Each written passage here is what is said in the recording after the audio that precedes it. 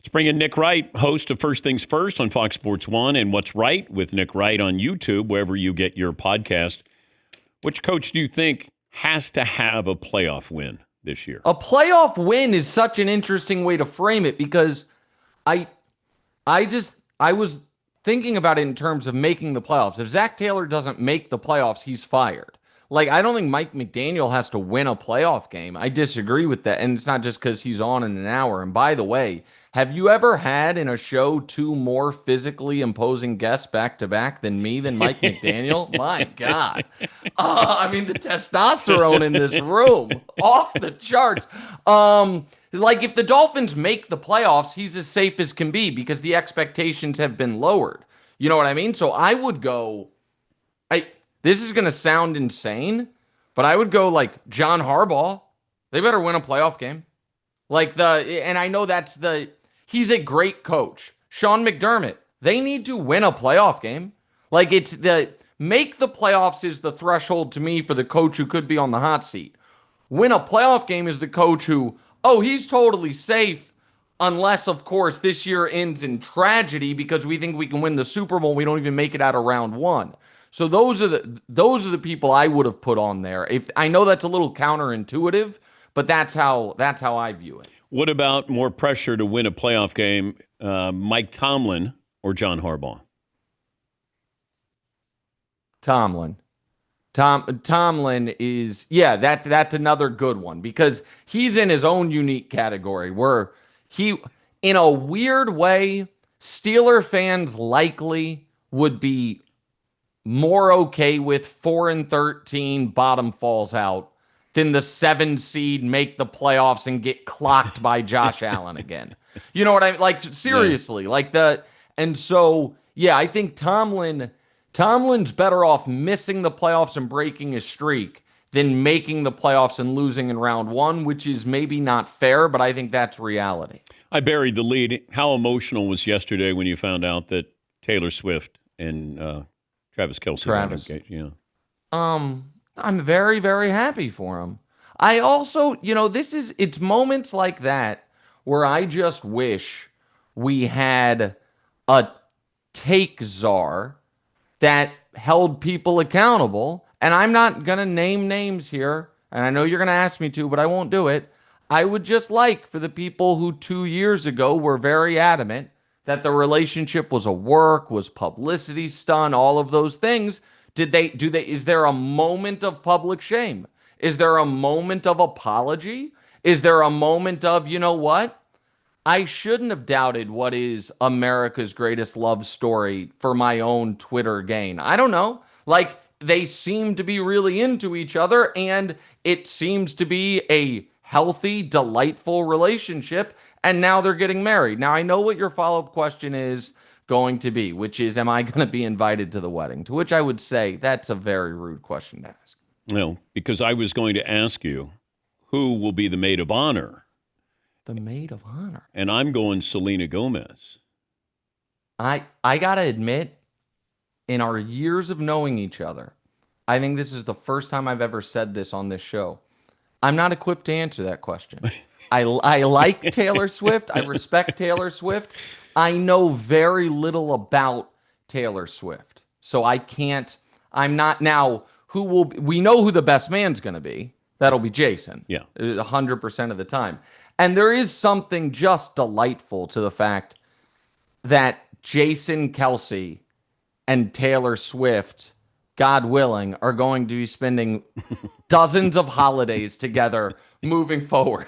Like, there is something charming about the idea that there will be a Christmas night sometime in the future where Jason Kelce, likely wearing overalls with nothing underneath it and eggnog dripping from his beard, tries to give Taylor Swift a giant bear hug. I just like that. That feels very American and awesome to me. They'll be crushing beers together. Yeah, absolutely right. Absolutely right. Can I ask you your take on someone else's theory? Because I think you'll like it. Okay. Since you brought this up. Kevin Wilde's national treasure, co-host of First Things First.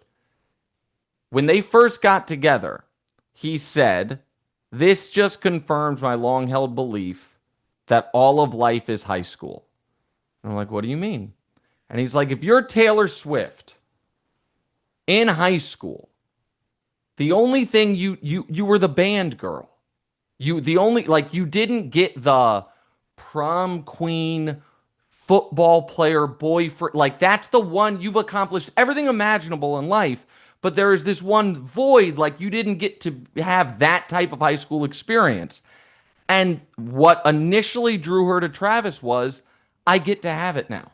I'm dating the star football player. I'm going to the games. And that was their initial connection. And I thought it was a brilliant take, and I want your opinion on that take. That's not mine. But now that I've said it on this platform, people will be like, you know what I heard Nick Wright say, even though it was Kevin Lyle's take. You'll get credit. Exactly right. I gave him credit. Nobody could say I stole it, but the people will forget. I think it's the right take. Yeah, it's which nice. is why I'm glad I came up with it. I love. I said from the beginning, and have a bet with Fritzy. I thought that they were going to get engaged. I thought that they were going to get married. When people said, why do they keep showing her on camera? I go, blame the networks. But if you have it doesn't make any sense that you have the biggest pop star in the world and you wouldn't show her on camera. Of course. We show Robert Kraft 10 times every Sunday, or Jerry Jones is there. So, right. Or Jack Nicholson for our entire lives growing up. Like, this is the threshold to get cutaways during sporting events of what celebrity you need to be is certainly below world's most famous woman.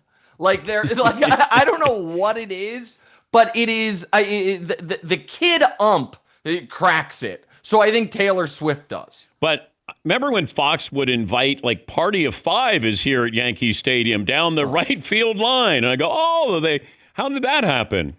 All right, this feels like a shot because I don't know if you watched last year's World Series, but in the Party of Five seats was Nick Wright and First Things First promoting the show. Yeah. Now some will say, wow, how times have changed. I would say we're right on track, boys. I do remember that. We're talking to Nick Wright, host of First Things First on Fox Sports 1. How did the Chiefs not make the Super Bowl? Oh, God. Act of God. There's obviously one thing that could wreck their season entirely, but I'm not going to say that out loud. Not going to even speak that into the universe. But they're the best team in the league. They're certainly the best team in the AFC. And Dan, I realized a sports media tell, you're going to love this. I know you're going to love this because it's been very trendy this offseason. This is not a straw man. This isn't Nick looking, scouring the internet for Chiefs doubt. It's been there in large supply. And that the Ravens got better. They're clearly the best roster. The Bills, have ascended. And the Chiefs, is the window not closed, but closing. And oh my, has anyone seen how Bo Nix plays against backups? Holy moly, the AFC West is in jeopardy. That take has been everywhere all offseason. And then Micah Parsons maybe comes available. And all those same people with that the Chiefs are vulnerable, the Chiefs aren't the best. You know what their take on Micah is? Man, Buffalo or Baltimore needs to make the phone call. It's like, hold on a second. No, you know what? No one has said, if the Chiefs want a chance to get back to the Super Bowl, they need to trade for Micah Parsons. Everyone is saying simultaneously, B block of the show, Ravens and Bills are the class of the AFC. A block of the next day's show, the Ravens and Bills need to trade for Micah Parsons to get over the hump. What's the hump, America? Who are we talking about here? Finish the thought. So the Chiefs will be fine. Josh Simmons, hopefully has fixed the left tackle position. I don't know if you saw it yesterday, but every single receiver from the 2022 Kansas City Chiefs when Mahomes won MVP, set the all-time record for total yards in the season, won Super Bowl MVP, is no longer in the NFL, and the Chiefs won with that team. They'll be able to win with this team. I hate rankings, and I know it's good. I know it's good conversation, good fill, but I go back to when ESPN said Michael Jordan's the greatest college basketball player of all time. Well, that was the worst. That's the worst ranking. And I'm not trying to take a shot at Jordan. I know people will be like, there's Jordan. No bad opinions. It's about ESPN. No, yeah, that is an untenable opinion. That's like, but go ahead. Sorry. But the point is that we keep ranking these quarterbacks. Yeah. And, is Jalen Hurts a top 5? Is he a top 10? Oh, Mahomes doesn't have the stats. He shouldn't be in the top. And I think if you ranked playoff quarterbacks, that to me has more value. Now, we won't do that, but I would put the guys who have actually done this, the guys who have produced when your team needs you and you're going to a championship or a Super Bowl here. It feels like we have 2 different rankings, regular season, and then we would have postseason. Because I don't care where Jalen Hurts is ranked. I just know on that team, he's tremendous. And he wins. Yeah, so, yes, that is true. I also do think I am interested in the impossible but always fun attempt to separate player from team in a team sport concept.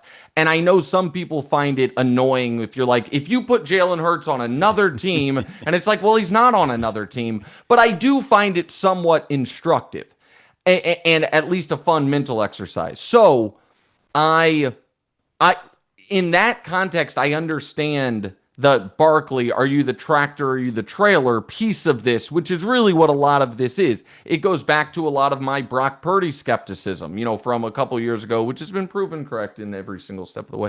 I think Jalen, I, like you, value playing your best in the biggest spots. And he has played tremendously in both Super Bowls. He is clearly very tough. And he does not blink in the big moment.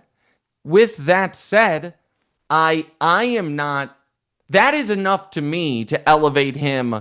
Would I rather have in a playoff game Jalen Hurts or Lamar? I'd rather have Jalen Hurts in a playoff game. Would I rather have Jalen Hurts or Josh Allen? I'd rather have Josh Allen. Now, I know Josh hasn't been to a Super Bowl, but he has played so well in the postseason that you can't be like, the moment gets to him. Yeah. And so that to me, though, now ideally in a perfect world, you would have a quarterback with the greatest stats in the regular season and the postseason, but unfortunately everyone can't be Chiefs fans. If not the Eagles in the NFC, then who? All right, now I'm not picking the Eagles in the NFC. I will answer this question. Will you ask your social media people not to put it out because you're front running first things first prediction week? Is that a deal? Because okay. We make our big picks on Friday. Okay. Paul, would you tell the backroom guys that we can't put this out? You can't put this out. And on I'm not going to ask you on YouTube to bleep it, but this could be a live audience exclusive. Okay. Done. The Tampa Bay Buccaneers. Oh my goodness. Oh my! I know it's going to be hard. Now your guys in the back room are going to be like, that is a viral bonanza.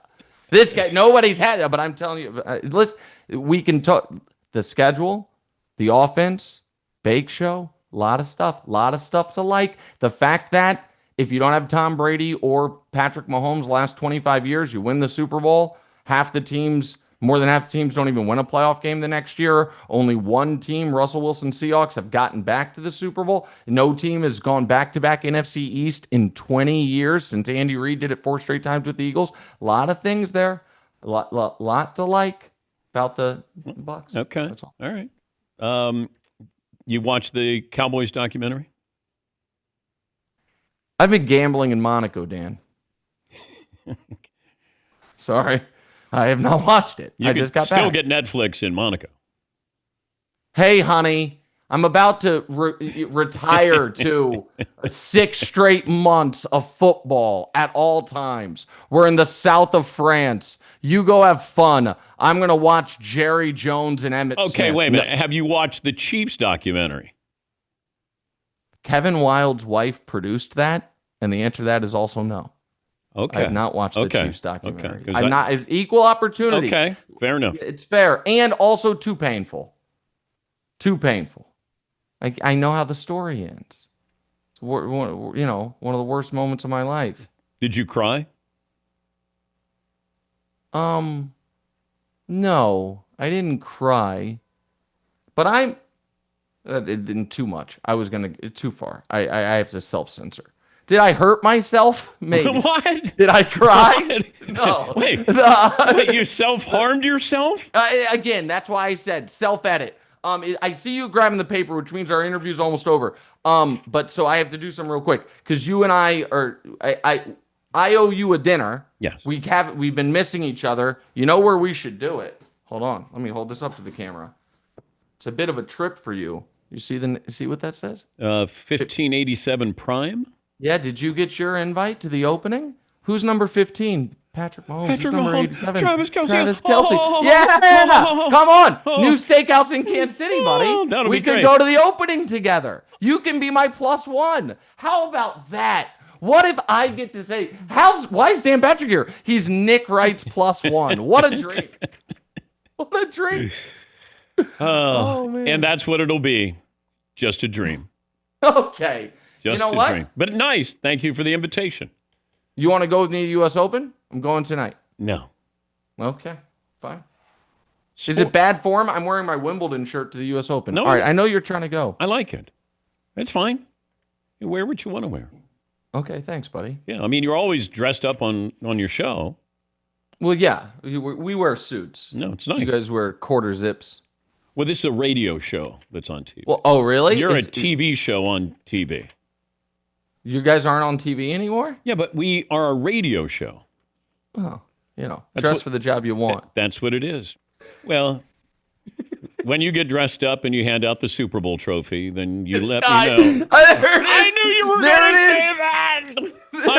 100 million people watching what I wore. 100 million people watch.